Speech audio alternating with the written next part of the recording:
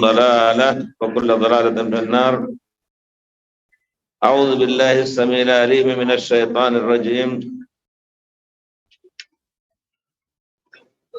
ثلة من الأولين وقليل من الآخرين.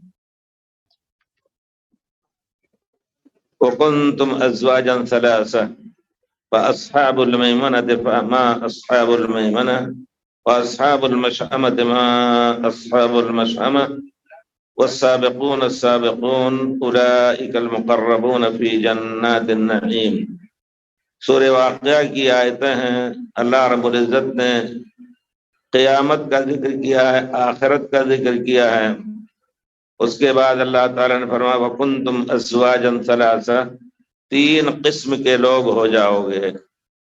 تمام لوگوں کی تقسیم تین اقسام میں ہو جائے گی.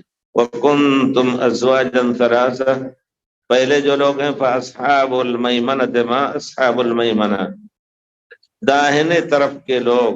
کون ہیں داہنے طرف؟ بعض روایتوں میں بعض مفسرین نے کہا ہے کہ اللہ کے داہنے طرف ہوں گے. وَكِلْتَا يَدَيْهِ يَمِينٌ، اللہ تعالیٰ کے دونوں ہاتھ جو ہیں وہ داہنا ہی ہے. لیکن چونکہ آدمی مخاطب ہے اس وجہ سے آدمی جانتا ہے کہ دونوں ہاتھوں میں سے جو پہلا ہاتھ ہوتا ہے وہ داہنا ہوتا ہے. تو لوگوں نے کہا کہ اصحاب المیمنہ اللہ کے داہنے طرف بیٹھنے والے ہوں گے. لیکن راجح تفسیر یہ ہے کہ اصحاب المیمنہ جن کے نامہ اعمال داہنے طرف سے دیے جائیں گے. اصحاب الیمین داہنے طرف سے ان کے نامہ اعمال ان کو دیے جائیں گے. تو وہ کہیں گے ہاؤ مقرؤ کتابیہ انی ظننت انی ملاق حسابیہ، خوش ہوگا. تو گویا یہ ایک تو یہ ہوئے کہ جو دائنے طرف سے اپنے اعمال پائیں گے. وَأَصْحَابُ الْمَشْأَمَةِ مَا أَصْحَابُ الْمَشْأَمَةِ، بائیں طرف سے اپنے نام اعمال لینے والے وہ کون سے ہیں، کس طرح ہیں، ان کی تفسیر گویا اگر بیٹھے آدمی کرنے تو کلام پاک کی دوسری آیتوں سے یہ تفسیر ہوتی ہے کہ ان کو بائیں ہاتھ میں ان کا نام اعمال دیا جائے گا. تو کیا کہیں گے؟ یا لیتنی لم اوت کتابیہ ولم ادر ما حسابیہ یا لیتہا کانت القاضیہ ہلک عنی سلطانیہ خذوہ فغلوہ ثم الجحیم صلوہ ثم فی سلسلۃ ذرعها 70 ذراعا فاسلکوہ.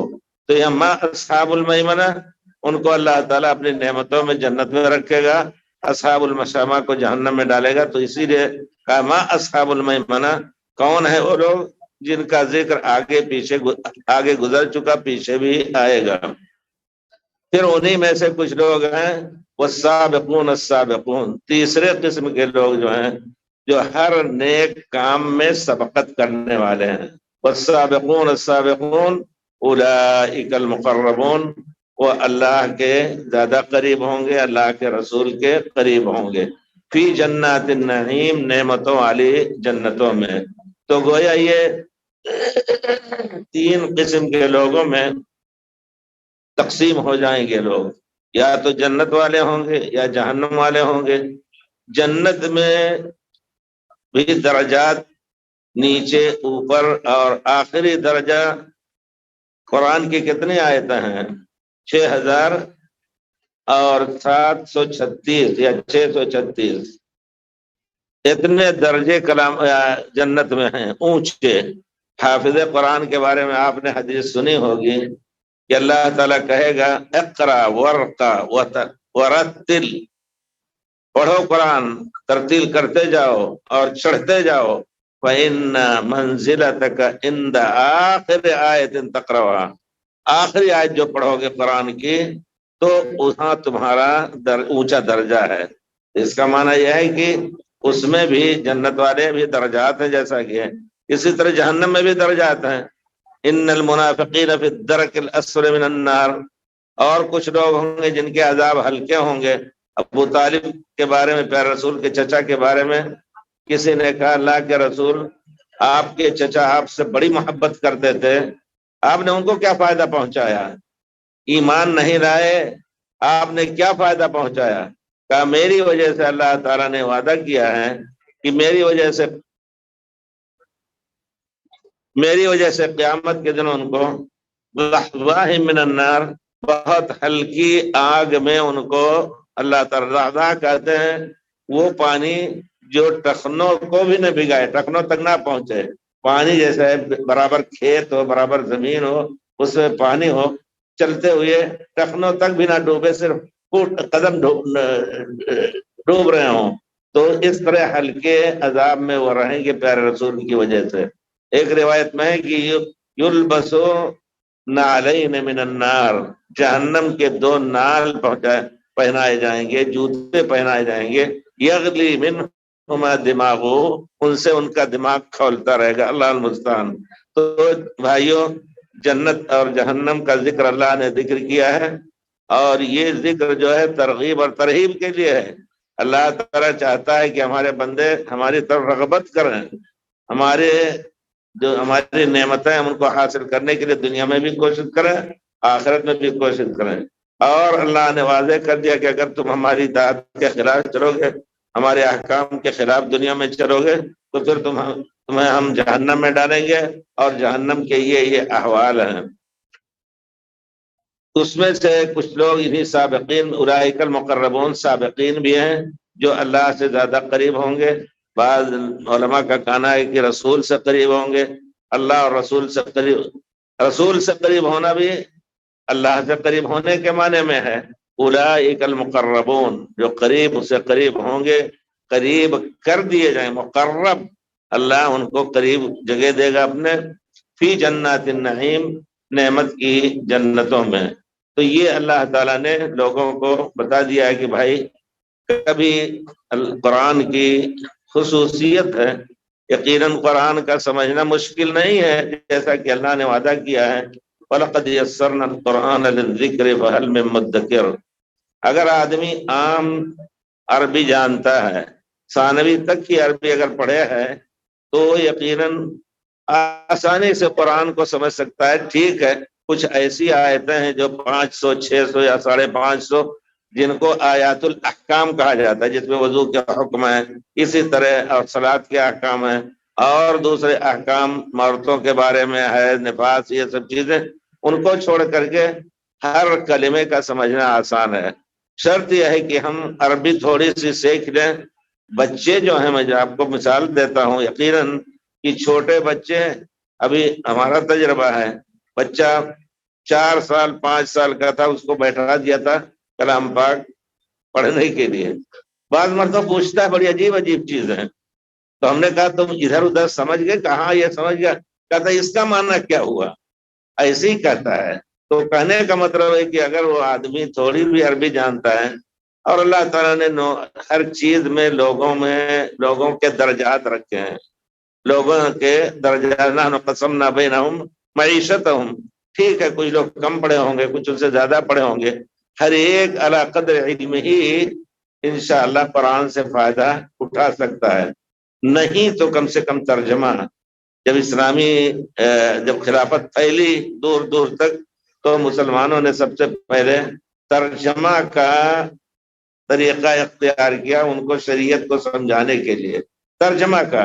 لیکن اللہ کی قدرت سے، اور یہ ایک شرعی چیز بھی ہے کہ اللہ تعالیٰ اگر مان لیجئے آج اگر کوئی ملک جو بالکل عربی سے نابلد ہے، اگر مسلمانوں کے ہاتھ میں آ رہا ہے، تو ان کو کم سے کم سب سے پہلے، جس طرح انگریزی پڑھاؤ گے، فرانسیسی پڑھاؤ گے، جرمنی زبان پڑھاؤ گے، اور کچھ پڑھاؤ گے، عربی کا پیریڈ ضرور رکھنا ہے تاکہ وہ عربی سیکھ لیں۔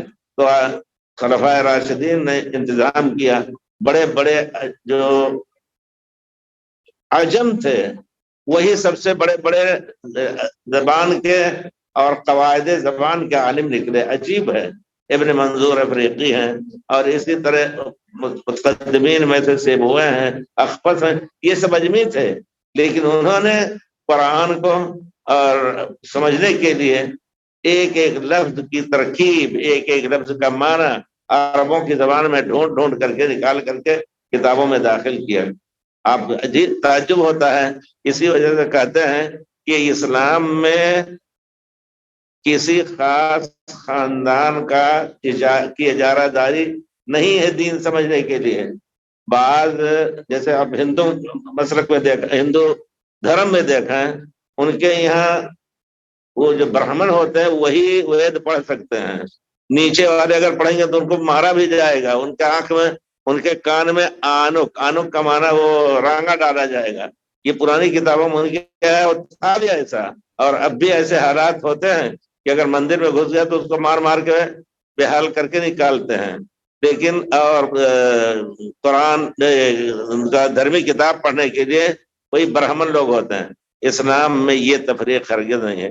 اسی وجہ سے آپ دیکھیں گے کہ عجم لوگ، ابن خلدون ایک بہت بڑے اجتماعیات اور معاشرتی معاملات میں بڑی وسیع نظر رکھتے تھے ابن خلدون۔ انہوں نے کہا آخر عرب جب دنیا یہ جزیرے عرب سے نکلے، انہوں نے فتح کیا، روم کو فتح کیا، اور ایران اور قیصر کسرا کے تمام ملکوں کو فتح کیا، پھر آگے چل کر کے وہاں تک پہنچ گئے، اندلس اسپین تک پہنچ گئے۔ تو عربی لوگ کم ہی رہے جنہوں نے دین اور عربی کی خدمت کی۔ تفسیر کی کتابیں دیکھیے بہت سے عجمی لوگوں نے لکھا ہے، تو کہتے ہیں کہ آخر کیوں عجم نے عربی کی خدمت میں کیوں بڑا حصہ لیا؟ کہا وہ لوگ جو تھے وہ جنگجو تھے، جنگ میں ماہر تھے، اس وجہ سے اسلامی فتوحات میں وہ اور ان کی اولاد زیادہ شرکت کی۔ یہ بھی ایک بہت بڑا کام ہے اور بہت بڑا عظیم پہلو ہے جنہوں نے ادا کیا، یعنی اپنے بچوں کو لے کر کے ان کو تیر تفنگ سکھا کر کے، اور پھر جنگ میں فتوحات کے لیے دشمن سے لڑنے کے لیے انہوں نے زندگی گزاری۔ عجم لوگ تھے تو انہوں نے اپنی توجہ لوگوں کو پڑھانے، یہاں تک کہ خلفاء کی اولاد کو پڑھانے کے لیے بہت سے عجمی جو تھے، جو عربی میں ماہر تھے، قرآن میں ماہر تھے، ان کو مقرر کرتے تھے۔ تو کہنے کا مطلب ہے کہ ان لوگوں نے ادھر خدمت کی، اور حکومت نے ہر ایک کو ان کے حساب سے ان کی خدمت کی، ان کو تنخواہیں دی جاتی تھیں، مدارس اور مساجد کا انتظام دیا جاتا تھا۔ تو میں یہ کہنا چاہتا ہوں، کہاں دور نکل گیا میں، کہ ہونا یہ چاہیے کہ ہم عربی کو ضرور سیکھنے کی کوشش کریں، نہیں سیکھ سکتے ہیں تو ترجمے کے ذریعے سے دین کو سمجھنے کی کوشش کریں۔ قرآن بہت آسان ہے۔ سلہ کے معنی ایک جماعت، من الاولین پہلے لوگوں میں سے ہے۔ دیکھیں کتنا واضح ہے سمجھنا اس کا۔ اگر الف لام میم ذالک الکتاب، الحمدللہ رب العالمین، رب العالمین کی تمام تعریف ہے، مالک یوم الدین، جو دین اور جزا اور سزا کے دن کا مالک ہے، ایاک نعبد، بڑے واضح ہے۔ ہاں ایسی جگہیں ہیں جہاں ہر ایک ٹانگ نہیں اڑا سکتا ہے، تو جیسا کہ اللہ تعالیٰ نے بیان کیا ہے کہ کچھ ایسے علم ہیں کہ ان کی طرف رجوع کر دو، یستنبطون ہو، وہ لوگ اس سے مسئلے کا استنباط اور کشید کریں گے۔ تو قرآن کے سمجھنے کے لیے حقیقت میں یہی ہے۔ اللہ اکبر۔ آیت کریمہ اگر ہم قرآن پڑھیں تو اس میں ہمیں تنبیہ میں ملتی ہے۔ آیت کریمہ میں آپ دیکھیں گے، وقال الرسول یا رب ان قوم اتخذوا هذا القرآن مهجورا، قیامت کے دن پیارے رسول شکایت کریں گے اللہ کے یہاں کہ اے میرے رب، میری قوم نے اس قرآن کو چھوڑ دیا تھا، اس قرآن کو چھوڑ دیا تھا۔ حجر کا قرآن کو چھوڑنے کا ایک تو یہ ہے کہ عالم بھی ہو اور اس کا مطالعہ نہ کرے، اس کی قرات تلاوت نہ کرے تو حجر ہے۔ اور حجر اعمال جو اس میں اللہ تعالیٰ نے جس ہدایت کے لیے قرآن کو نازل فرمایا، ان هذا القرآن یہدی للتی ہی اقوم، ہر افضل سے افضل راستے کی طرف یہ قرآن ہدایت دیتا ہے۔ تو وہ ہدایت انہوں نے نہیں لی، چاہے عالم ہو یا عام آدمی ہو، پوری قوم اس میں ذمہ دار ہے کہ اس قرآن سے ہدایت ہے۔ یا رب ان قوم اتخذوا هذا القرآن مهجورا۔ اس وجہ سے ہم بار بار یہی کہتے ہیں کہ ہم قرآن کو سمجھنے اور سمجھانے کے طریقوں کو اختیار کریں۔ دنیا بڑی آگے نکل چکی ہے، اور ہم جن کی ابتدا ہی پڑھنے سے ہوئی تھی، جیسے علامہ اقبال ہی کا شعر ہے، وہ قوم اقرا کیا ہے، جس قوم کا آغاز ہی اقرا سے ہوا تھا، اقرا بسم ربک، پڑھو پڑھو پڑھو، اقرا بسم ربک اقرا وربک الاکرم، جس قوم کا آغاز ہی اقرا سے ہوا تھا، وہ قوم ہی تعلیم تعلم میں ہے پیچھے، وہی قوم پیچھے ہے، پوری دنیا آگے نکل گئی۔ جس نے پڑھا ہماری کتابوں کو لے کر کے، یورپ نے ترقی کی، بجلی بنانے کا چوتھی صدی ہجری میں پروگرام بنایا، اور ہم نے اڑنے کا اور ہوا میں اڑنے کا ہوائی جہاز کی طرح بنا کر کے، اور وہ اس زمانے میں مسلمانوں نے عباس بن فرناس کا نام آتا ہے، قرطبہ کی مسجد سے اس نے اڑنے کی کوشش کی، ایک تجربہ ہو رہا تھا۔ تو کہنے کا مطلب ہے کہ ہم مسلمان جو ہے ہر چیز میں اب پیچھے ہیں، اقتصادی طور پر بھی ہمارے بچے ضائع ہو رہے ہیں، بچوں کی تربیت کا بھی بہت بڑا مسئلہ ہے یقیناً، اور خاص طور پر ان دنوں میں اہمیت اس کی بڑھ جاتی ہے، جبکہ ہزار قسم کے صوارف، ہزار قسم کے ایسے آلات اور ایسے حالات سامنے آ رہے ہیں بچوں کے، جس سے دین سے دور ہونے کی بہت سے مواقع ان کے لیے رہتے ہیں۔ پر اللہ تعالیٰ نے فرمایا ہے، رسول اللہ تعالیٰ فرماتے ہیں سابقون الاولون میں سے ثلۃ من الاولین وقلیل من الاخرین۔ ثلۃ من الاولین وقلیل من الاخرین کا معنی کیا ہے؟ کچھ لوگوں نے کہا کہ اولین میں سے جو پرانے انبیاء کے متبعین تھے اس میں سے ایک بڑی جماعت یہ سابقین ہوں گے، اور بعد میں آنے والے یعنی امت محمد میں سے تھوڑے ہوں گے۔ یہ تفسیر پورے طور پر غلط کہی ہے، بہت سے علماء نے صحیح ہے کہ ثلۃ من الاولین بہت بڑی جماعت پر رسول کی امت کی جماعت میں سے ہوں گے سابقون، جن کی کوئی مثال اور جن کا کوئی مقابلہ بعد میں آنے والے نہیں کر سکتے۔ وہ کون لوگ ہیں؟ صحابہ کرام، جو پیارے رسول کی صحبت سے مشرف ہوئے، رضی اللہ عنہم ورضوا عنہم، اور جن کے بارے میں پیارے رسول نے فرمایا ہے کہ ایمان کی دلیل ہے کہ ہمارے صحابہ سے محبت کی جائے، اور جو شخص صحابہ سے بغض رکھتا ہے وہ پیارے رسول فرماتے ہیں مجھ سے بغض رکھتا ہے۔ سبحان اللہ۔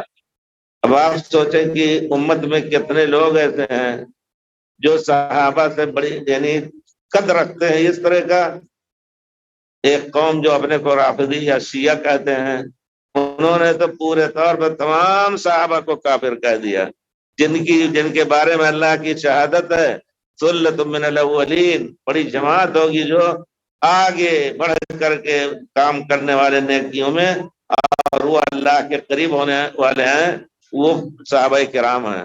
صحابہ کرام میں سے کوئی بھی ایسا نہیں ملا جس کے بارے میں کسی نے کہا کہ انہوں نے جھوٹ بولا ہو۔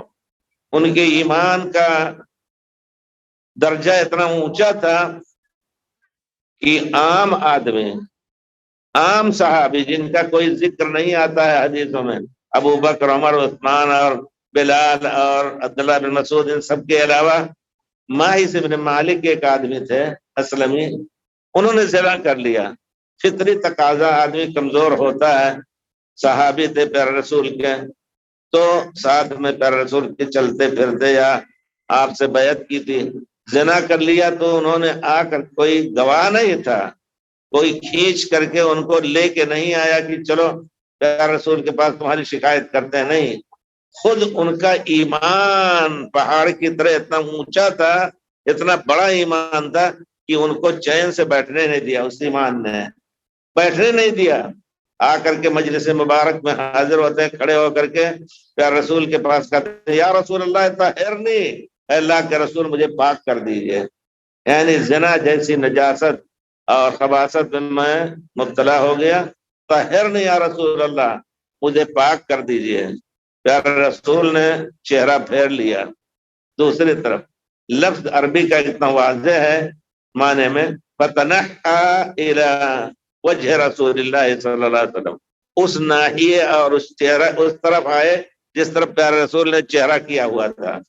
پھر کہتے ہیں اللہ کے رسول میں نے زنا کیا، مجھے پاک کر دیجئے۔ پیارے رسول نے پھر چہرہ پھیر لیا۔ یہاں بہت بڑے مسائل اس سے علماء اخذ کرتے ہیں۔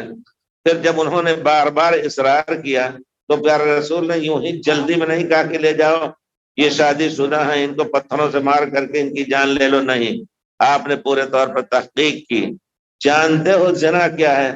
یہ بھی کہہ سکتا ہے کہ حدیث شریف میں ہے کہ العین زناہا النظر، آنکھ کا دیکھنا یہ غیر محرم کو ناجائز دیکھنا یا غلط نیت سے، یہ بھی زنا ہے۔ الید زناہا البطش، اگر کسی عورت کو ناجائز پکڑا تو وہ بھی ہاتھ کا زنا ہے۔ الرجل زناہا المشی، جا کر کے غلط کام کے لیے جانا یہ زنا ہے اس قدم کا۔ والفرج یصدق ذلك کذب، شرمگاہ جو ہے پورے طور پر اس کی تصدیق، بڑے زنا کا جو اصل معنی ہے اس کی تصدیق یا تکذیب کرتا ہے، یعنی اگر یہ بھی کر لیا تو گویا ہاتھ اور پیر اور دل کے ساتھ یہ کام اس نے کیا۔ پیارے رسول نے سے پوچھا جانتے ہو اتعرف الزنا؟ کہتے ہیں اللہ کے رسول نعم اتیت منها حراما ما یأتی الزوج من زوجته حلالا، ہم نے وہ حرام کام کیا اس عورت کے ساتھ کہ ایک شوہر اپنی حلال بیوی کے ساتھ جو کام کرتا وہ کر ڈالا، ایک دم واضح طور پر۔ بلکہ سبحان اللہ ایک لفظ میں آیا ہے، وہ لفظ ہم اور آپ کہیں گے کہ پیارے رسول ایسے لفظ بھی بول جاتے ہیں، تو گویا قاضی کتنا بڑا بھی محترم آدمی ہو، پرہیزگار ہو، تحقیق میں ایسی بات بھی اس کو بولنی پڑے گی جو عام حالات میں لوگ اس قسم کی بات کو گھناؤنا سمجھتے ہیں۔ یا رسول نے کیا کہا؟ انکتہ، انکتہ یعنی کیا تم نے اس کے ساتھ کیا ہے، داخل کیا ہے تم نے اپنا اس کے شرمگاہ میں، یہ معنی ہے اس کا۔ اس طرح پیارے رسول نے تو کہا کہ ہاں جیسے کہ سلائی اس میں کیا کہتے ہیں سرمدانی میں، سرمدانی میں جس طرح سلائی داخل ہوتی، کتنی واضح تحقیق پیارے رسول نے کی۔ اس کے بعد پیارے رسول نے، اور وہ جانتے تھے کہ ہمارا جو ہمارے لیے جو عذاب ہے یا ہمارے لیے جو حد ہے وہ پتھروں سے مار کر کے ہمیں مارا جائے، لیکن اصرار کے یہ ایمان ہے ان صحابہ کا جن کو یہ لوگ رافضی اللہ ان پر ہمیشہ کے لیے لعنت برسے کہ انہوں نے سب کو کافر کہہ دیا، سب کو، حضرت ابوبکر، عمر، عثمان، علی اور عائشہ رضی اللہ تعالی سب کو کہتے ہیں کہ لقد کفر بعد النبی صلی اللہ علیہ وسلم کل الصحابۃ کلینی، جس کا درجہ بخاری کی طرح، الکافی اس کی کتاب صحیح بخاری کی طرح اس کا درجہ ہے، اس میں کلینی نے روایت نقل کی ہے کہ پیارے رسول کے بعد تمام صحابہ کافر ہو گئے، مرتد ہو گئے، الا اربعۃ، علی، مقداد، بلال، عمار۔ اما عمار فحاس حیثتاً، عمار بھی جا رہے تھے کافر ہونے، لیکن سلیم بچ گئے۔ کیسے بھائی بچ گئے؟ تو کہتے ہیں چار کے علاوہ سب کافر ہو گئے۔ اب آپ سوچیں اس اتہام اور اس عقیدے کی مار کہاں تک پڑتی ہے۔ یہی قرآن حضرت ابوبکر نے جمع کیا، یہی حدیث تمام صحابہ نے جمع کیا، تو یہ لوگ کافر ہیں۔ اب کافر سے ہم حدیث قرآن لیں گے، اس کا معنی یہ ہے کہ پورا دین ڈھا گیا، کافر سے قرآن نہیں لے سکتے۔ کافر کہے کہ ہم پیارے رسول نے یہ بھی کہا ہے وہ بھی کہا ہے، وہ اس کی بات نہیں مانی جائے گی۔ تو ابو بکر نے قرآن کو جمع کیا، تمام الگ الگ لکھے ہوئے تھے لوگ، حضرت عثمان نے، پھر اس کے بعد صحابہ دوسرے جو تھے انہوں نے، اور پھر احادیث رسول کو لکھا اور جمع کیا۔ تو گویا پورا ایمان اور دین وہ ڈھا دینا چاہتے ہیں۔ تو یہ سلۃ من الاولین، یہ صحابہ ہیں۔ تو پیارے رسول نے حضرت معیذ کو کہا کہ لے جاؤ ان کو پتھروں سے مار کر کے ان کی جان لے لو، ارجموہ، رجم کر دو۔ رجم آپ لوگوں نے نہیں دیکھا، ہم نے دیکھا ہے یہاں، یہی یہ نئی بلڈنگوں کے پہلے ایک وہ تھا گھڑی کی کا مینارہ بعد تک تو رہا، لیکن وہ پہلے پرانا تھا، اس کے ساتھ ایک موٹا کھمبا جس کا بڑا سائز ہے، روشنی اس کی تھی، موٹے کھمبے میں لا کر آدمی کو باندھ دیتے تھے چھت سے، وہ چھت تھی۔ ادھر جو ہے ملک عبدالعزیز کے زمانے میں شاہ سعود کا جو وہ تھا، یہ چھت تھی، یہاں سے پورے طور پر نظر آتا تھا۔ تو وہ باندھ کر کے پھر اس کے بعد اس سے پہلے، نماز سے پہلے ہی سب کو معلوم ہو جاتا ہے کہ آج کچھ ہے، لا کر کے 2 ٹرک، 1 ٹرک بڑی لا کر کے پتھر لا کر کے ڈال دیتے تھے، اتنا بڑا بڑا پتھر کی آپ اٹھا سکیں، سبحان اللہ، تاکہ لوگ ماریں، لا کے اس میں کمبے میں باندھ دیا۔ اس کے بعد پولیس کھڑے رہتے کہتے مارو، بیچارے بہت سے جن کا دل کمزور ہو جاتا ہے، بے ہوش ہو جاتے ہیں دیکھ کر کے، ایسا بھی ہوا ہے، لیکن دوسرے لوگ مارتے بھی تھے۔ اور اس کے بعد ڈاکٹر کھڑا رہتا ہے، اس جب ایک دم ڈھیلا ہو گیا تو دیکھتے ہیں، کہتے ہیں کہ ابھی زندہ ہے یا مردہ ہے، باقاعدہ وہ اس سے آلے سے اس کی تحقیق و تفتیش کرتے ہیں کہ ابھی زندہ ہے، ابھی دل چل رہا ہے تو پھر مارو۔ تو یہ رجم تھا، یہ رجم، وہ جانتے تھے کہ ہمیں اسی طرح مارا جائے گا، لیکن اس کے باوجود انہوں نے ایک گناہ کیا تھا، ان کا ایمان اتنا بڑا تھا کہ ان عذاب الدنیا احون من عذاب الاخرہ، کہ دنیا کا عذاب جو ہے وہ آخرت کے عذاب سے بہت زیادہ ہلکا اور آسان ہے، تو دنیا ہی میں اس سے پاک ہو کر کے جانا چاہتے تھے۔ یہ ہے ایمان سلۃ من الاولین کا، صحابہ کرام کا، جن کو کچھ ناہنجار لوگ کافر کہتے ہیں اور پورے دین کی بنیاد ان کے ذریعے سے ڈھا دینا چاہتے ہیں، ان کے اپنے عقیدے کے ذریعے سے۔ یہ حضرت عائشہ کو انہوں نے باقاعدہ قرآن میں اللہ تعالیٰ نے آپ کی پاکی بیان کی، لیکن اب بھی حضرت عائشہ کو لوگ ایسے ہی کہتے ہیں۔ اس وقت آپ سنیے، کبھی ان کے یوٹیوب تو دماغ خراب ہو جائے، وہ کہتے ہیں الٹی لٹکی ہوئی ہے عائشہ جہنم میں اور اس کو عذاب ہو رہا ہے، اس زانیہ کو، زانیہ کا لفظ دیتے ہیں ان کو، حضرت عائشہ کو ام المومنین، ہم سب کی ماں کو، لیکن اللہ تعالیٰ نے ان کو ایسا بدلہ دیا۔ حضرت عائشہ کو جو تہمت دی تو ان کی ماں، ان کی بہن، ان کی بچیاں سب رات دن متاع کے نام سے اسی میں مبتلا ہیں، رات دن متاع کے نام سے زنا ہی میں مبتلا ہے۔ اللہ اکبر، سلۃ من الاولین۔ یہ تو مرد تھے، ان کا کوئی چرچا نہیں، بڑے صحابہ میں سے نہیں تھے، لیکن ان کا ایمان اتنا بڑا۔ اب آپ سوچئے کہ حضرت ابوبکر اور حضرت عمر کا کتنا بڑا ایمان رہا ہوگا۔ ابوبکر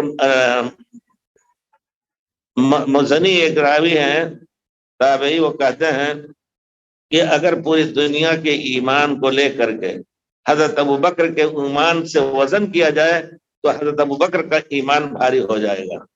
تو تھا ایسے ہی، بے شک کفار قریش ہزار ان کو پھسلانے کی کوشش کی۔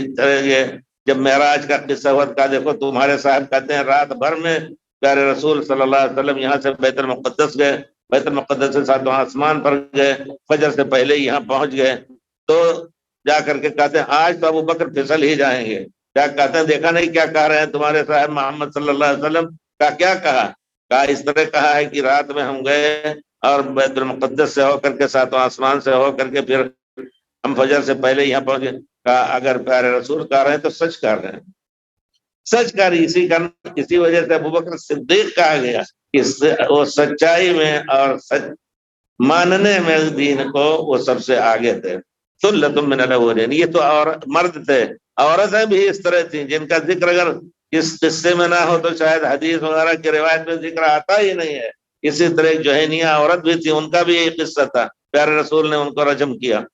سلۃ من الاولین، ایک بڑی جماعت ہوگی۔ پہلے لوگوں میں سے کون ہوں گے؟ وہ صحابہ کرام قطعاً، وقلیل من الاخرین، آخر کے لوگوں میں جو سب سے آخر ہوں گے ان میں سے کچھ تھوڑے لوگ رہیں گے، اور وہ تھوڑے بھی دوسری امت سے زیادہ ہوں گے۔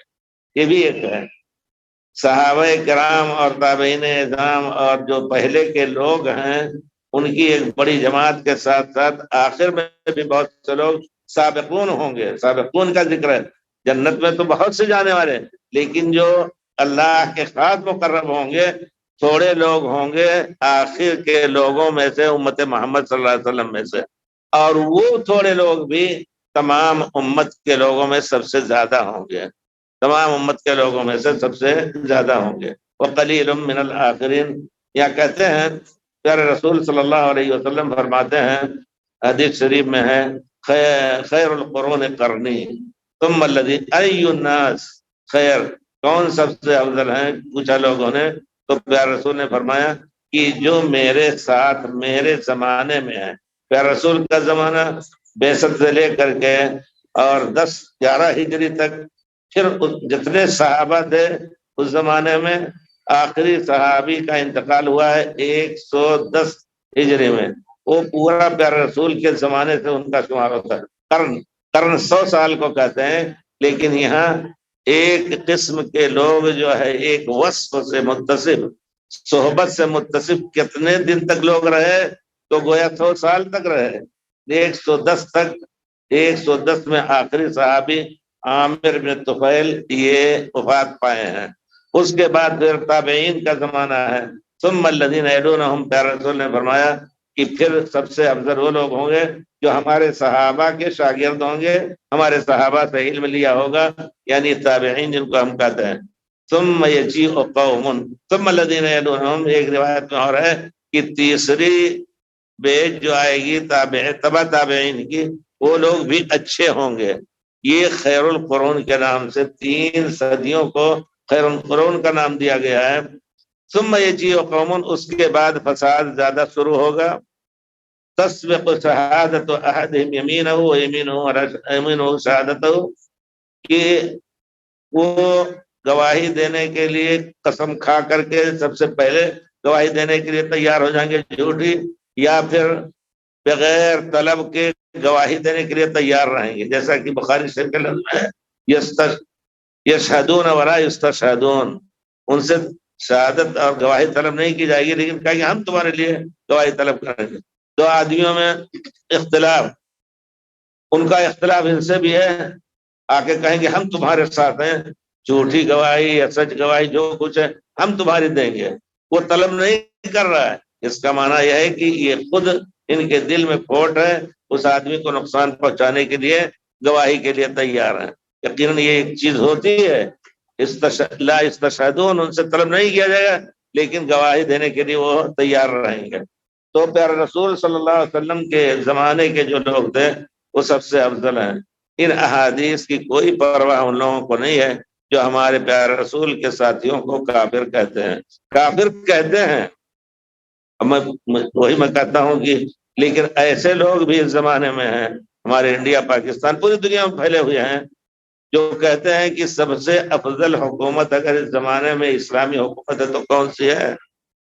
کہ ایران کی حکومت۔ واللہ ہم نے سنی یہ بات، اور وہ بھی جماعت اسلامی کے ایک امیر کسی علاقے کے پاکستان کے، ان کا ویڈیو سنا ہم نے، باقاعدہ بھیجا کسی نے میرے پاس، تو ہم نے کہا بھائی یہ کہیں الٹی سیدھی بھی بھیج سکتے ہیں، لیکن کئی لوگوں نے اس کی تصدیق کی کہ ہاں، انہوں انٹرویو دے رہے تھے تو انہوں نے کہا کہ اس زمانے میں پوچھا کہ اس زمانے میں اسلامی حکومت، ایک جو اسلامی حکومت سچی ہو سکتی وہ کون سی حکومت ہے؟ انہوں نے کہا خمینی کے جو شاگرد ہیں اور ایران کی جو حکومت ہے وہ اسلامی حکومت ہے۔ سبحان ربی۔ بہرحال تو یہ ہے بصیرت کی کمی، اس میں کوئی شک نہیں۔ ایسا لگتا ہے کہ دین کا ان سے کوئی تعلق نہیں۔ آج کل تو امیر بنا دیا جاتا ہے صرف مالداری کی وجہ سے یا کسی اور وجہ سے، امیر کسی علاقے کے ہیں، وہ پاکستان کے جماعت اسلامی، بڑی تکلیف ہوئی، حالانکہ ان کو ایسا نہیں ہونا چاہیے۔ اور یہی لوگ ہیں، دلی جیسی جماعت بہت سی الحمدللہ، اس میں بہت سے لوگ پرانے زمانے سے اہل حدیث کام کرتے تھے، وہاں دفتر میں 2-4 سال پہلے کا قصہ ہے، باقاعدہ ان کا ملا کوئی گیا اور جمعہ کے دن اس نے ہزاروں صحابہ کو گالی دے کر کے اور بڑی کامیابی سے وہاں سے نکلا ہے، کوئی بولا نہیں ان کو۔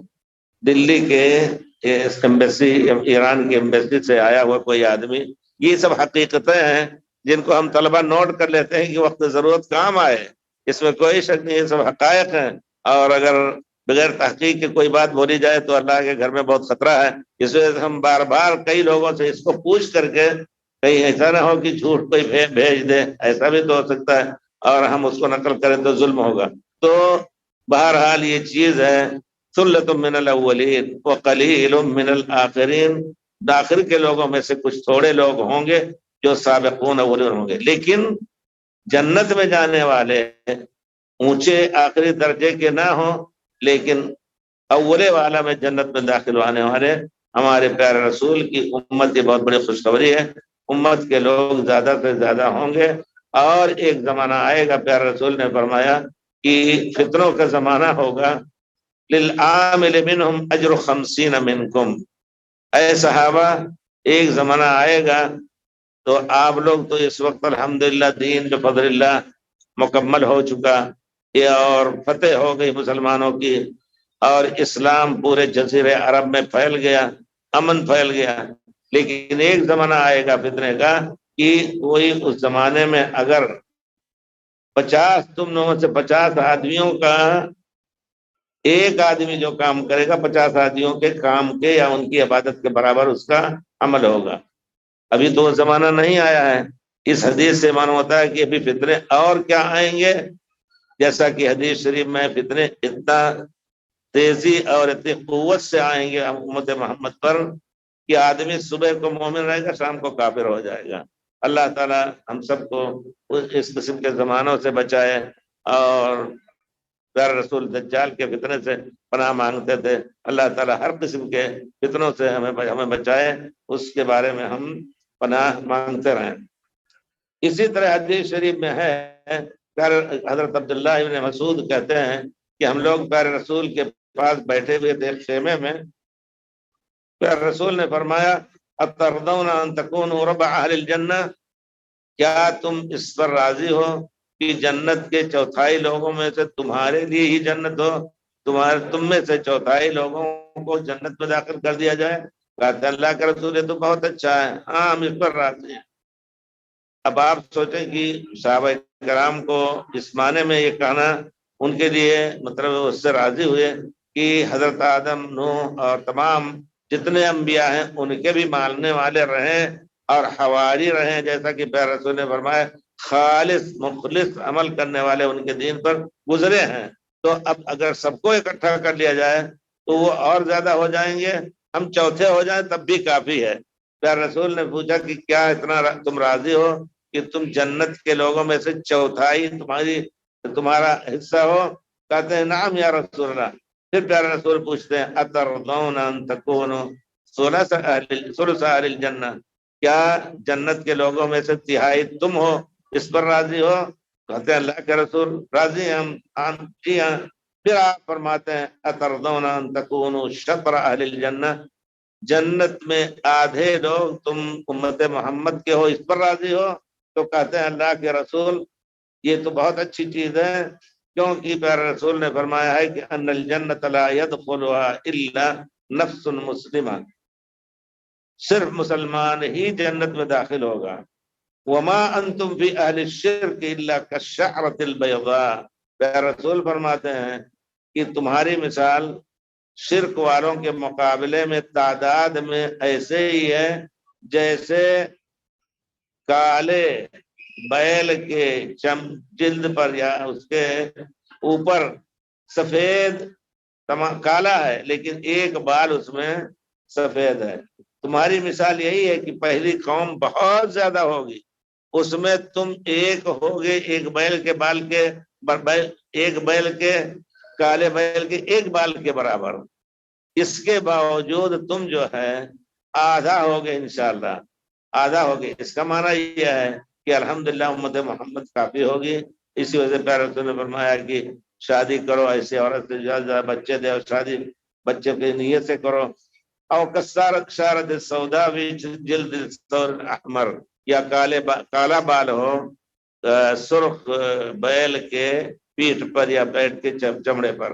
تو گویا اس سے معلوم ہوا کہ انشاءاللہ امت محمد صلی اللہ علیہ وسلم تمام امت کے لوگوں میں زیادہ ان کی تعداد ہوگی، ثلۃ من الاولین وقلیل من الاخرین، یعنی امت محمد میں سے تھوڑے ہی ہوں گے، صحابہ اور خیر الامت میں سے ان کی تعداد کے سے کم ہی ہوں گے سابقون، لیکن جنت میں جانے والے سب سے زیادہ ہوں گے امت محمد صلی اللہ علیہ وسلم۔ اسی طرح پیارے رسول صلی اللہ علیہ وسلم فرماتے ہیں کہ میں معراج کے موقع پر مجھے دکھایا گیا، کہ معراج ہی کے موقع کا ذکر ہے کہ مجھے جنت دکھائی گئی، تو دیکھا کہ ایک نبی داخل ہو رہے ہیں، ان کے پاس 2-4 آدمی ہیں، دوسرے نبی داخل ہو رہے ہیں، ان کے پاس بھی اس سے زیادہ ہیں، کوئی نبی داخل ہو رہا ہے ان کے پاس کوئی نہیں، یعنی نبی آئے اللہ کی طرف سے لیکن کسی نے ان کو قبول نہیں کیا۔ عجیب، ایسا بھی ہے۔ تو اب میں اس موقع پر یہی کہتا ہوں ایسے کہ بھائی ایک داعی حق کو چاہیے کہ کوئی مانے آپ کی بات یا نہ مانے، لیکن اچھے انداز سے لوگوں میں پیش کیجیے۔ پیارے رسول کو نہیں مانا مکے والوں نے، آپ چلے گئے طائف، آپ جاتے تھے حج کے موقع پر، جا کر کے لوگوں کو اللہ کا دین سمجھتے تھے، جو مختلف قبائل دور دور سے آتے تھے سب کو دین پہنچاتے تھے۔ تو داعی حق کو چاہیے کہ لوگوں کے پیچھے لعلک باخع نفسک، پیارے رسول کو اللہ تعالیٰ نے فرمایا کہ ایسا لگتا ہے اپن جان کو آپ ہلاک کر دیں گے، ان لم یؤمنوا بهذا الحدیث اسفا، آپ کے اس قرآن پر وہ لوگ ایمان نہیں لائیں گے۔ تو آدمی اپنے کو ضائع ہلاک نہ کرے، انہی سب سے نصیحت دے کر کے، عبرت دے کر کے اپنا کام کرتا رہے، اللہ سے مدد لیتا رہے۔ تو پیارے رسول کہتے ہیں کہ وہ نبی علیہ السلام عہد، کوئی نبی ایسے بھی ہے ان کے ساتھ کوئی نہیں تھا، اچانک میرے سامنے ایک بڑی جماعت گزری تو مجھے لالچ لگی، مجھے امید ہوئی کہ یہ میری امت کے لوگ ہیں۔ پیارے رسول نے حضرت جبریل سے پوچھا یہ کون ہے؟ میری امت ہے؟ کہا نہیں، یہ حضرت موسیٰ اور ان کی قوم ہے۔ اس کے بعد ایک ان سے بڑی جماعت آئی تو کہا یہ آپ کی امت کے لوگ ہیں۔ تو گویا جنت میں داخل ہونے والے تمام دنیا کی تمام انبیاء کی امتوں میں سے سب سے زیادہ امت محمد صلی اللہ علیہ وسلم ہوں گے، اور ان میں بہت سے لوگ جو سابقون ہوں گے، صحابہ کرام، اور جو ان کے تابعین اولین، جن کو تابعین اور خیر القرون کے لوگ کہا جاتا ہے، اور پھر ان میں سے سابقون میں کچھ لوگ اور پیچھے کے لوگ بھی ہوں گے، لیکن جنت میں انشاءاللہ سب سے زیادہ امت محمد صلی اللہ علیہ وسلم کے لوگ جائیں گے، جیسا کہ پیارے رسول نے خوشخبری دی ہے، انی لاطمع ان تکونوا شطر اہل الجنہ، مجھے لالچ ہے کہ تم لوگ جنت کے آدھے، جنت کے تم لوگ مالک ہو۔ اللہ تعالیٰ سورہ والضحیٰ میں تفسیر یہ اسی معنی کی تفسیر بیان کی ہے، وَلَسَوْفَ يُعْطِيكَ رَبُّكَ وَتَرْضَىٰ، اللہ تعالیٰ آپ کو اپنے اوپر اپنی عطائیں نازل فرمائے گا، آپ جس سے راضی ہو جائیں گے، یعنی یہ کہ آپ کی امت سب سے زیادہ جنت میں جائے گی۔ پھر اس کے بعد کہتے ہیں عَلَىٰ سُرُرٍ مَوْضُونَةٍ، یہ جنتی لوگ چارپائیوں پر، موضون اونچی چارپائی جو بنی گئی ہیں سونے کے تاروں سے یا سونے کے رسی سے، عَلَىٰ سُرُرٍ مَوْضُونَةٍ، بیٹھے ہوں گے ایسی چارپائیوں پر جو بنی گئی ہیں، بعض علماء لکھتے ہیں کہ سونے کی تاروں سے یا سونے کی رسیوں سے، متکئین علیہا متقابلین، اس پر وہ ٹیک لگائیں گے متکئین علیہا متقابلین، ایک دوسرے کے سامنے ہوں گے، ایک دوسرے کے سامنے۔ یہ بھی خوشی کے مکمل ہونے کا ایک منظر ہوتا ہے، آدمی بڑے سے بڑا ہو، ہزار اس کے ارد گرد نعمتیں ہوں، تنہائی میں اگر اس کو کہیں ڈال دیا جائے تو وہ لطف اس کی زندگی کا نہیں آئے گا، لیکن جب اس کے دوست، اس کے گھر والے، اس کے اور دوسرے لوگ ساتھ ہوں تو زندگی کا لطف دوبالا ہو جاتا ہے۔ تو جنت میں جو تمام نعمتیں اللہ تعالیٰ دے گا ان میں سے بھی ہوگا کہ اپنے لوگ جو ہیں ایک دوسرے کے ساتھ سامنے بیٹھیں گے، اور اس میں جو کچھ انداز ہوتا ہے اس طرح بیٹھ کر کے اور باتوں کا اور ایک دوسرے سے خوشی سے ہنسنے اور مکھنے کا، یہ سب انداز وہاں متقابلین کو ایک تصور دیا ہے کہ آدمی ٹیک لگا کر کے بیٹھتے ہیں اور اچھی سے اچھی نعمتیں لے کر کے، تو آخر اس میں کیا کیا باتیں کرتے ہیں، دلچسپیوں کی باتیں کرتے ہیں، وہاں غم کی کوئی بات نہیں ہوگی، خوشی ہی کی خوشی بات ہوگی۔ اسی طرح اللہ تعالیٰ نے فرمایا الحقنا بہم ذریتہم، سب سے بڑی خوشی ہوگی کہ تمام اولاد آپ کے ساتھ ہو، تمام اولاد۔ مان لیجیے اگر نہیں ہے تو اللہ تعالیٰ دل سے غم نکال دے گا، دل سے غم، اگر جیسے حضرت سب سے واضح مثال حضرت نوح علیہ السلام کی ہے، حضرت نوح علیہ السلام نے تربیت میں کمی نہیں کی، لیکن اللہ کی قدرت سے انہوں نے ہدایت نہیں لی ان کے بیٹے نے۔ اب اگر بیٹا نہیں جنت میں جا رہا ہے، دنیا میں تو غم سے آدمی گول کر کے ہاتھی ہو جائے، لیکن یہ ہے کہ مرنے کے بعد غم نکل جائے گا، جیسا کہ آیات حدیث میں ہے کہ وہاں غم نہیں، اذهب عن الحمدللہ الذی اذهب عنا الحزن، اس رب کا شکر ہے جنت میں داخل ہوں گے تمام غم کا کانٹا دل سے نکل جائے گا پورے طور پر۔ اور اس کے ساتھ مان لیجیے اگر اور دوسرے اولاد ہیں جو نیک ہیں تو اللہ تعالیٰ ان کو صالحین کو سب کو اکٹھا کر دے گا۔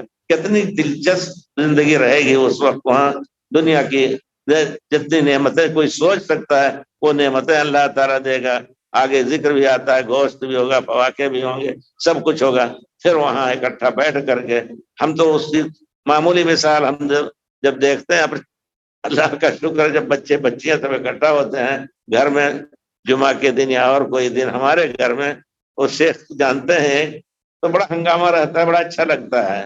وہ بچے کہتے ہیں چلو نانا سو رہے ہیں تم لوگ چپ، ادھر کا دروازہ بند ادھر کا دروازہ بند، لیکن پھر بھی ہم کہتے ہیں بھائی جب تو یقیناً ایک خوشی ہوتی ہے۔ اب آپ سوچیں الحمدللہ جدہ سے آ گئے، مدینے سے آ گئے، اور جو یہاں کے لوگ ہیں، یہاں بچیاں 6 بچیاں ہماری ہیں، 4 لڑکے ہیں، سب اکٹھا جب ہوتے ہیں تو الحمدللہ الحمدللہ بڑی بڑی خوشگوار زندگی ہوتی ہے۔ یہ تو معمولی سے معمولی زندگی ہے۔ اب جنت میں اگر آپ سوچ لیں کہ پورا آپ کا کنبہ آپ کے ساتھ ہے، ماں باپ آپ کے ساتھ ہیں، اور ان کی تمام اولاد، آپ کے بھائی بہن سب، اگر دنیا میں ان کے دل میں قدورت بھی رہی ہوگی سب نکال دے گا اللہ تعالیٰ۔ اگر کوئی بچہ سرفرا رہا، کافر ہو گیا، اس کا غم وہاں نہیں رہے گا۔ دنیا میں تو آدمی غم سے گھلتا رہتا ہے، غم یاد کرتا رہتا ہے، سب بال بھی سفید ہو جاتے ہیں، لیکن یہ کہ غم اللہ تعالیٰ وہاں نکال دے گا۔ اللہ سرر موضون، چارپائیوں پر جو اونچی ہوں، اونچی چارپائی، متقین علیہ متقابلین، آمنے سامنے بیٹھے، یہ نہیں کہ پیٹ ایک ادھر پیٹ کی ہے دوسرا ادھر پیٹ کی ہے اور منہ بسورے بیٹھے ہوئے ہیں، ابوس قمطریر بیٹھے ہیں، نہیں۔ علی سرر متقابلین یطوف علیہم ولدان مخلدون، ولدان چھوٹے بچے ہوں گے جو ہمیشہ ہمیشہ رہنے والے ہیں، وہ فنا نہیں ہوں گے۔ اس سے معلوم ہوتا ہے کہ جنت بھی فنا نہیں ہوگی انشاءاللہ۔ جہنم فنا ہو جائے، علماء نے اس میں بحث کیا ہے کہ جہنم ہمیشہ رہے گی یا کہ کوئی دن ایسا آئے گا۔ عام طور پر اللہ تعالیٰ نے کہا ہمیشہ رہنا ہے، لیکن کچھ علماء نے کہا ان رحمتی سبقت غضبی، جنت اللہ کے رحمت کی یہ نشانی ہے، اور جہنم جو اللہ کے غضب کی نشانی ہے۔ ایک زمانہ آئے گا کہ جہنم سب ان کو فنا کر دیا جائے گا، یہ نہیں کہ سب کو جنت میں داخل کر دیا جائے، سب کو فنا کر دیا جائے گا، صرف جنت رہ جائے گی۔ لیکن نہیں، یہ فکر جو ہے یہ ارجائی فکر ہے۔ تو یہ نہ سوچے کہ ہم وہاں اگرچہ جہنم میں جائیں تو کچھ دنوں میں ختم ہو جائے گی، نہیں۔ ایک غوطہ بھی اگر جہنم میں لگائے گا آدمی تو پوری دنیا کی نعمت اس کی ہمیشہ کے لیے بھول جائے گی۔ ایک غوطہ جائے گی وہاں، ان یومن عند ربک کالف سنۃ مما تعدون، ایک دن جہنم کا وہ 1000 سال کے برابر ہے دنیا کے جو تم گنتے ہو۔ تو آدمی یہ نہ سوچے کہ کوئی بات نہیں ہم نکل جائیں گے، نہیں۔ تو ہونا یہ چاہیے کہ اور لیکن ہم یہ کہیں گے کہ نہیں، اللہ تعالیٰ نے صحیح حدیث میں ہے کہ موت کو جنت اور جہنم میں کے بیچ، یا اہل النار، اے جنت والے اے جہنم والے، اس کو جانتے ہو پہچانتے ہو؟ کہاں ہم جانتے ہیں، یہ موت ہے۔ موت میڈھے کی شکل میں لائی جائے گی اور وہیں ذبح کر دیا جائے گا جنت اور جہنم کے بیچ میں، اور پھر اعلان ہوگا اللہ کی طرف سے یا اہل الجنت خلود لا موت، یا اہل النار خلود لا موت، ہم مرنا نہیں ہے۔ اور پھر اس میں جو عذاب ہوگا تو عذاب میں انسان کی حالت ہوگی پاگل پنی، پاگل ہو جائے گا، لا يموت فيها ولا يحيا، نہ زندگی کی حالت ہوگی نہ موت کی حالت ہوگی، اس طرح وہ اس عذاب میں مبتلا رہے گا، اللہ بچائے۔ اور پھر جنت میں یطوف علیہم ولدان مخلدون، ہمیشہ رہنے والے بچے۔ سورہ مزمل میں کیا ہے، مدثر میں یطوف علیہم ولدان مخلدون کیا ہے؟ ویطوف علیہ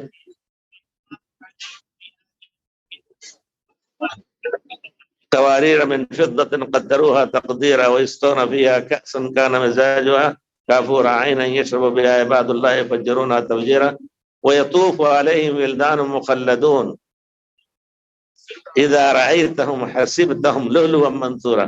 ہمیشہ وہ چلتے رہیں گے، یہ نہیں کہ بلاؤ تب آئیں گے. جیسے ہوتا ہے کسی تکریم گاہ میں جاؤ تو لوگ گھومتے رہتے ہیں، چائے دیں گھوا دیں نہیں بھائی نہیں چاہیے جائیے. تو اس طرح یطوف علیہم ولدان مخلدون اذا رأیتهم کأنہم لؤلؤا منثورا واذا رأیتهم کأنہم لؤلؤا منثورا، ایسا معلوم ہوتا ہے موتی بکھرے ہوئے ہیں. یطوف علیہم ولدان مخلدون، یطوف مستقل طور پر گھومتے رہیں گے.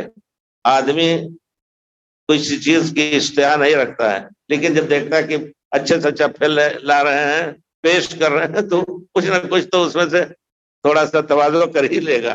تو یہ ہے مسئلہ یطوف علیہم ولدان مخلدون. اور پھر اللہ تعالیٰ فرماتے ہیں وہ گھومتے رہیں گے بے اکواب و اباریق، کاس گلاس اور لوٹے، اباریق جس میں پکڑنے کا ابریق کہتے ہیں، اسی طرح کوب کہتے ہیں. کوب اور کاس دونوں میں فرق ہے. کوب ایسے کاس کو کہتے ہیں جس کے کان ہو، یعنی جس میں عروا لگا ہو کان ہو اس کو کہتے ہیں. اور کاس جو ہے وہ بغیر کان کے ہوتا ہے، کوب کان والا ہوتا ہے پکڑنے کا. اسی طرح ابریق بھی کہتے ہیں جس میں پکڑنے کی جگہ ہو. تو بأكواب وأباريق وكأس من معين، اور شہد اور میٹھے پانی کے چشموں کے سے نکالے ہوئے بھرے کاس بھی لے کر کے چلتے رہیں گے. یہ چھوٹے چھوٹے بچے پیش کرتے رہیں گے آپ کو. لا يصدعون عنها ولا ينزفون.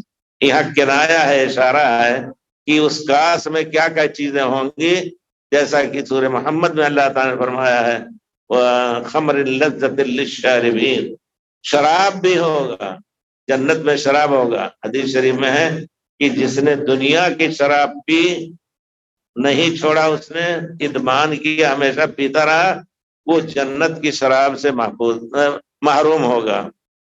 جس نے سونا پہنا، جس مرد نے، دنیا میں مرد کے لیے سونا حرام ہے، قیامت کے دن سونے کے کھانے برتن ہوں گے، سب کچھ جنتیوں کے لیے، اس سے محروم ہوگا.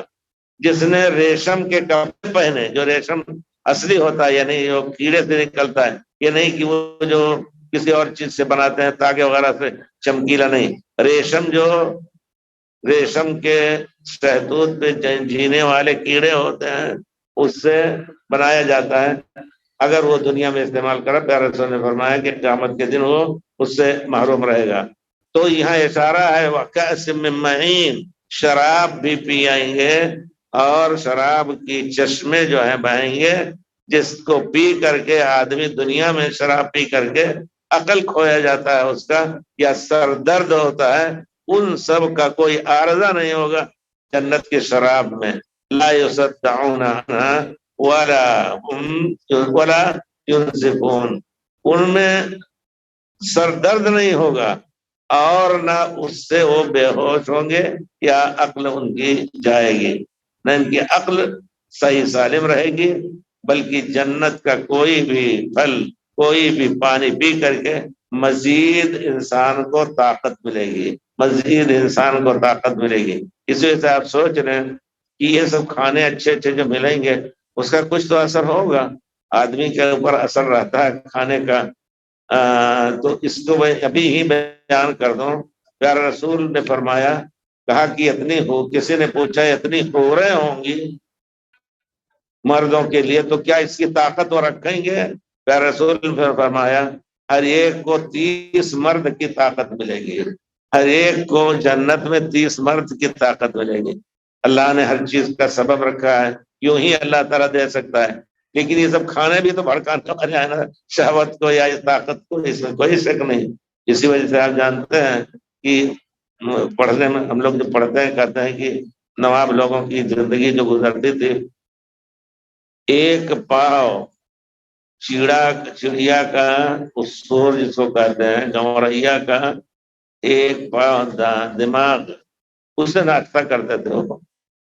اب اتنی بڑی چڑیا گوریا ہوتی ہے، اس کا سر کتنا بڑا اور کتنا اس میں مفت نکلے گا، وہ ایک پاؤ اس کا کم سے کم روزانہ اس سے۔ تو بہرحال اسی طرح لوڈیاں بھی بہت ان کی ہوتی تھیں، تو لا یصدعون عنہا ولا ينزفون، اس سے ان شراب سے ان کے سر میں درد نہیں شروع ہوگا اور نہ ان کے عقل میں کوئی خلل آئے گا۔ وفاکہۃ مما یتخیرون، اور فواکہ ہر مما، فواکہ نہیں کا فاکہ ہوگا ہر اس نوع کا جس کو وہ پسند فرمائیں گے۔ دل میں آئے گا کوئی ایسا فاکہ ہو جو میٹھا اور کھٹا ہو، وہ بھی آپ کے سامنے آئے گا۔ صرف میٹھا ہی ہو، صرف کھٹا ہی ہو، بہت سے لوگ کھٹا بہت پسند کرتے ہیں۔ ہمارے ایک استاد تھے، تو انہوں نے دعوت دی، انہوں نے مدینے کا قصہ ہے، تو دعوت دی تو یہ برتقال لائے، یہ مالٹا لائے، تو بڑا اچھا میٹھا رہا، ہم لوگ سو سے کھا رہے تھے، کہتے تھے اس نے دھوکہ دے دیا، میٹھا دے دیا، کہتا تھا کھٹا ہے، دیکھو دھوکہ دے دیا اس نے۔ تو بہت سے لوگ کھٹا پسند کر جائے تھا، مما یتخیرون، جس کو تم اپنے لیے خیر چاہتے ہو اور اپنے لیے اچھا چاہتے ہو، وہ تمہارے لیے حاضر ہوگا۔ اعد اللہ لعبادہ المؤمنین بالجنۃ ما لا عین رأت ولا اذن سمعت ولا خطر علی قلب بشر۔ اللہ تعالیٰ نے اپنے نیک بندوں کے لیے جنت میں ان نعمتوں کی تیاری کر رکھی ہے کہ جس کو کسی کان نے سنا نہیں اور نہ کسی آنکھ نے دیکھا۔ اور دنیا کے پھل کے نام سے اگر کوئی پھل وہاں ہے، رمان ہے، عنب ہے، تو صرف نام میں مشابہت ہے، لیکن وہاں کے پھل کی لذت اس کو کھانے کے بعد ہی آدمی کو معلوم ہے۔ وفاکہۃ مما یتخیرون، یعنی تمام ضروری غذا کے ساتھ آدمی، یعنی پھل وغیرہ، یہ کمالیات اس کو کہتے ہیں۔ یعنی نہ ملے تو آدمی زندہ رہ سکتا ہے، لیکن روٹی نہ ملے اور سالن نہ ملے، ہلکا پھلکا جو بھی ہو، دال نہ ملے تو نہیں جی سکتا ہے۔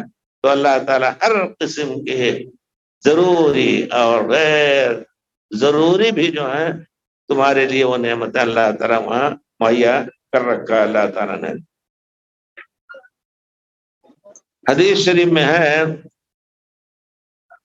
حضرت انس بن مالک رضی اللہ تعالیٰ عنہ کہتے ہیں کہ پیارے رسول کو خواب پسند ہوتا تھا، بعض خواب دیکھ کر کے، اور آپ لوگوں سے پوچھتے بھی تھے فجر کے بعد کہ کیا کسی نے کوئی خواب دیکھا ہے؟ اگر کوئی اچھا خواب دیکھتے تو پیارے رسول اس کی تعبیر بیان فرماتے اور کہتے کہ تم نے خیر دیکھا ہے۔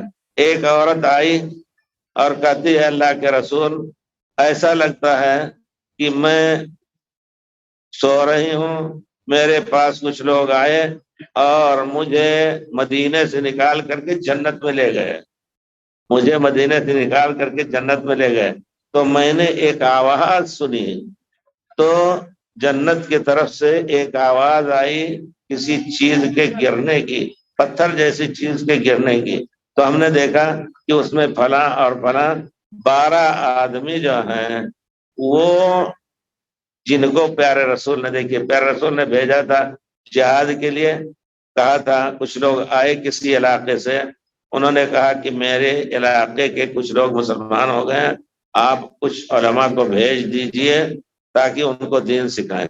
دھوکہ دیا انہوں نے، جب پہنچے خاص مقام پر بیدق، تو ان کو لے جا کر کے سب کو شہید کر دیا، سب کو شہید کر دیا۔ تو یہ کہتے ہیں کہ میں نے دیکھا کہ فلاں 12 آدمی ہیں جن کو پیارے رسول نے بھیجا تھا، ان کو لایا گیا، جن کے کپڑے میلے ہیں اور خون سے ان کے حلق کی رگیں جو ہیں وہ بہ رہی ہیں تیزی سے۔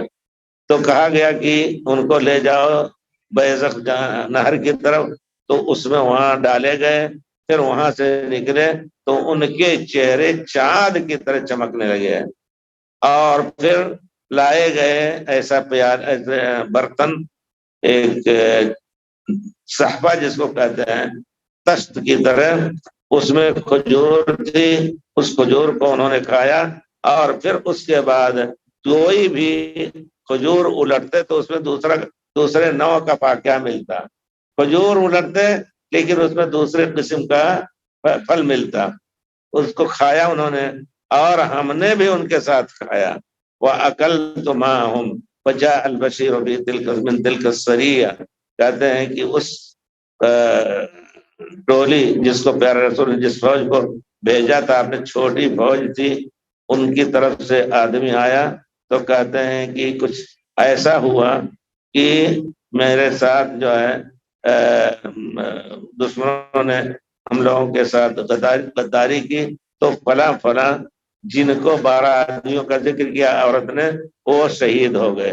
تو پیارے رسول نے ان سے پوچھا، کہا اللہ تعالیٰ نے تمہارے خواب کو سچا کر دیا، اور پھر پیارے رسول نے ان کے لیے جنت کی خوشخبری دی۔ تو کہنے کا مطلب یہ ہے کہ یہاں صرف یہ فاقہ کا ذکر جو کیا ہے کہ کوئی بھی فاقہ لاتے تھے تو اس میں الگ قسم کا کھجور کی شکل تھی، لیکن الگ قسم کے فاقہ اور اس کے میوے کا مذاق اور اس کی چاشنی ان کو ملتی تھی۔ وَلَحْمِ طَيْرٍ مِّمَّا يَشْتَهُونَ وَفَاكِهَةٍ مِّمَّا يَتَخَيَّرُونَ وَلَحْمِ طَيْرٍ مِّمَّا يَشْتَهُونَ، چڑیوں کے گوشت جس کو وہ رغبت سے کھائیں گے۔ ایک چیز ہوتی ہے بعض لوگ بہت سی چڑیوں کو پسند نہیں کرتے ان کا گوشت کھانے کا، جس کو رغبت سے وہ کھائیں گے چڑیوں کا گوشت۔ عام طور پہ چڑیا کا گوشت کم ہی کھایا جاتا ہے، اور چڑیا کا گوشت سب سے زیادہ لذیذ ہوتا ہے۔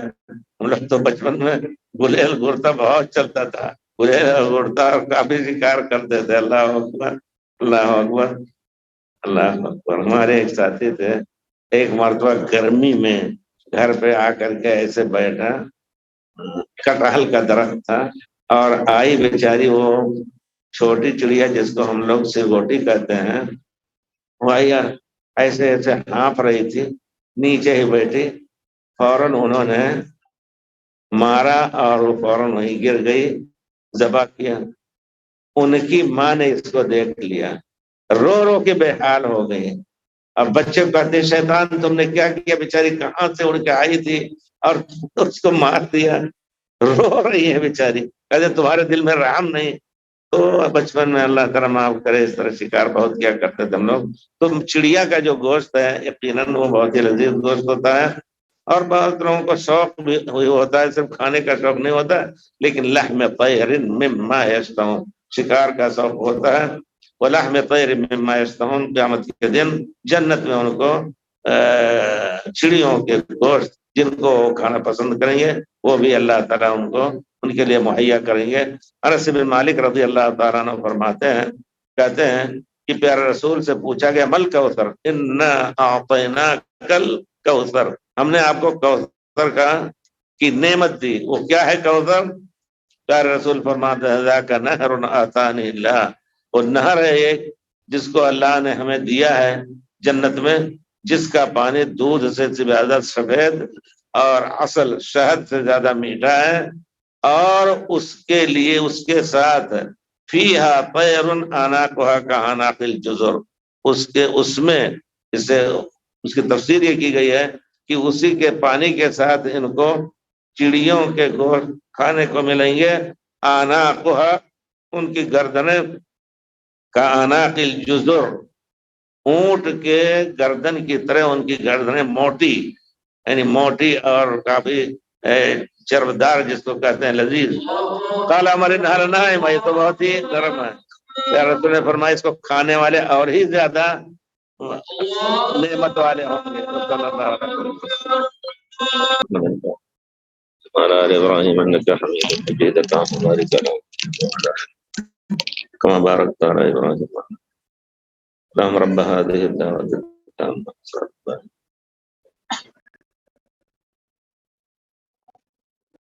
بھائی پوچھ رہے ہیں السلام علیکم ورحمۃ اللہ وبرکاتہ، علم استطاعت نہ ہونے کی وجہ سے، نہ علم تھا نہ استطاعت تھا، 7ویں دن عقیقہ نہیں کیا اور اب جوان ہو گئے، آپ نے نہیں کیا یا آپ کے والدین نے نہیں کیا؟ والدین کے اوپر حق ہے، جو ولی امر ہے اگر والدین نہیں ہیں تو جو پال رہے ہیں ان کو ان کے اوپر حق ہے۔ بعض علماء نے کہا کہ واجب ہے، بعض علماء نے کہا سنت مؤکدہ، یعنی چھوڑنا نہیں چاہیے۔ تو بہرحال 7ویں دن عقیقہ نہیں کی، آ جانے کے بعد عقیقہ کر سکتے ہیں، یعنی آپ خود اپنا عقیقہ کر سکتے ہیں۔ دیکھیے کوئی بھی کام جو واجب تھا آپ نہیں، آپ کے والدین نے آپ کے ساتھ مان لیجیے ختنہ بھی نہیں کرایا، ختنہ جو ہے واجب ہے نہیں کرایا، عمر 20 سال کی ہو گئی، واجب ہے کہ آپ خود اپنا ختنہ جا کر کے کرائیں۔ آج کل تو ڈاکٹر لوگ ادھر، بچپن میں تو گاؤں کے نائی کاٹ دیتے تھے، اب تو ڈاکٹروں کے یہاں جانا پڑتا ہے۔ ہم لوگ پوکھلی پہ بیٹھ کے کٹے جانتے ہیں قصہ نا؟ اچھا، ایسا چھپ جاتے ہیں بچے ڈر کے ہمارے، کہتے ہیں کہ فلاں دن تمہارا ختنہ ہے، رائی کا کھیت بڑا بڑا جا کے اس میں سو گیا، چھپ گیا، دن بھر ڈھونڈتے رہے پائے نہیں۔ تو کہنے کا مطلب ہے تو وہ ہوتا ہے، اب جا کر کے آپ کسی ڈاکٹر سے ضرور کٹوائیں۔ اسی کیونکہ حضرت ابراہیم علیہ السلام نے اپنے ہاتھ سے اپنا ختنہ کیا تھا۔ رہ گئی بات عقیقے کی، تو عقیقہ بھی آپ اپنے ہاتھ سے بے شک کر سکتے ہیں، اور لوگوں میں کہہ دیجیے ہمارا عقیقہ ہے، یا ہمارے کسی بچے کا نہیں ہوا تھا وقت پر تو ہم اب کر رہے ہیں۔ بے شک بعض لوگ کہتے ہیں کہ اب نہیں ہوگا، بس گوشت کھانے والی بات ہے، وضاحت کیجیے نہیں، انشاءاللہ نیت کیجیے، اب دوستوں کو بلائیے، اجر دے گا اللہ تعالیٰ، اس نیت سے ضرور کر ڈالیے۔ بہت سی چیزیں چھوٹ جاتی ہیں واجب کی، تو یہ بھی آپ کو معلوم ہے، اب استطاعت ہے تو اس کو ادا کر لیجیے۔ ماں باپ کو بھی آزاد کر دیجیے، آپ کر لیں گے تو انشاءاللہ ان کی ذمہ داری بھی ختم ہو جائے گی۔ سوال، اگر ایک بھائی کہے کہ ساری وراثت کا مال میرا خود ہے اور وہ کسی دوسرے بھائی کو بانٹنا نہیں چاہتا، بات کرنے کے بعد بھی، تو ایسی صورت میں دوسرے بھائی کو کیا کرنا چاہیے؟ اپنے حق کا مال کے لیے لڑنا چاہیے بھائی سے، یا کورٹ وغیرہ جا کے، یا پھر چھوڑ دینا چاہیے، کیونکہ لڑنے سے رشتہ خراب، ناراضگی۔ میں نہیں سمجھ پاتا کہ کیا مطلب، کس بنا پر وہ کہتے ہیں کہ یہ پورا مال اپنا ہے۔ اگر والد نے چھوڑا ہے، ایک شکل ہو سکتی ہے کہ آپ چھوٹے تھے، پڑھ رہے تھے، وہ بڑے تھے، باپ کے ساتھ کام کرتے تھے، تو کچھ اس کا حساب رکھا جائے گا۔ اگر وہ آپ کو برابر، ہم لوگوں کے خاندانی اب بھی ایسا مسئلہ ہے کہ بڑا بھائی جو کچھ کمائے گا باپ کے ہاتھ میں جائے گا، چھوٹا بھائی کچھ بھی ایک پیسہ بھی نہ ڈالے ہو، لیکن جب بانٹ ہو گئے تو کھیتی باڑی سب کچھ برابر کا حصہ۔ لیکن یہاں شرعی طور پر اگر وہ کہیں کہ نہیں، ہم ساتھ کام کرتے تھے، آپ پڑھتے تھے، پڑھنے کے اوپر خرچ ہو رہا تھا اور ہم کام کرتے تھے، گویا ہمارا یہ سب کچھ ہے، آپ نے اس میں کچھ نہیں ڈالا ہے، تو ان کا کہنا بھی ایک وجہ ہے، لیکن اس کا حساب کر لیا جائے، پڑھنے پہ کتنا خرچ ہوا، اور پھر وہ جو محنت کرتے تھے ان کے محنت کا اندازہ کیجیے کہ ایک دن کی تنخواہ کتنی ہوتی ہے، یہ سب کر کے صلح کرایا جائے۔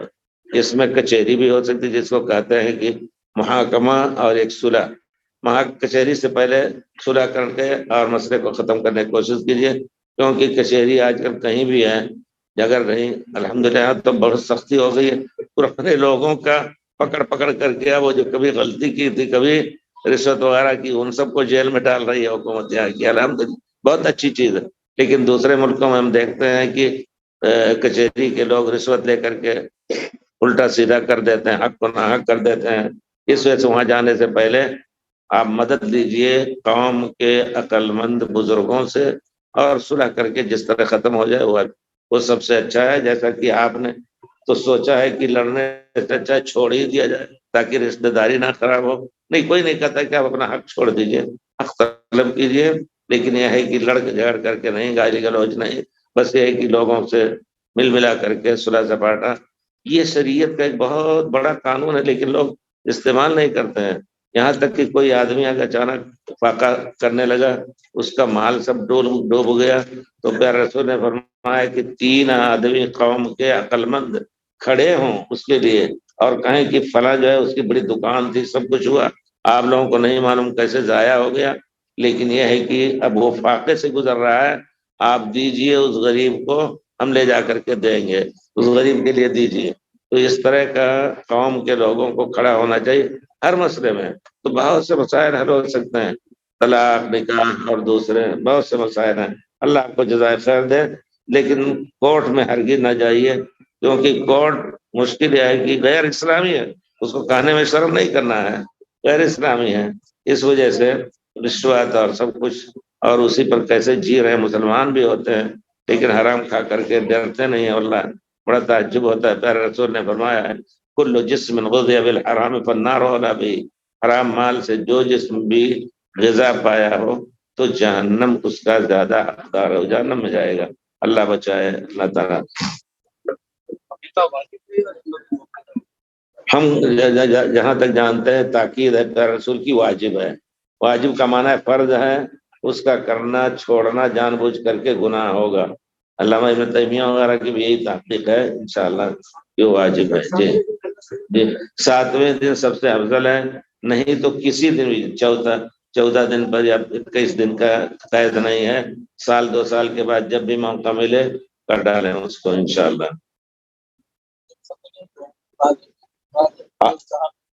میں نے خطرہ واجب ہے، اس کے بغیر حج نہیں کر سکتا ہے، امام مالک کہتے ہیں۔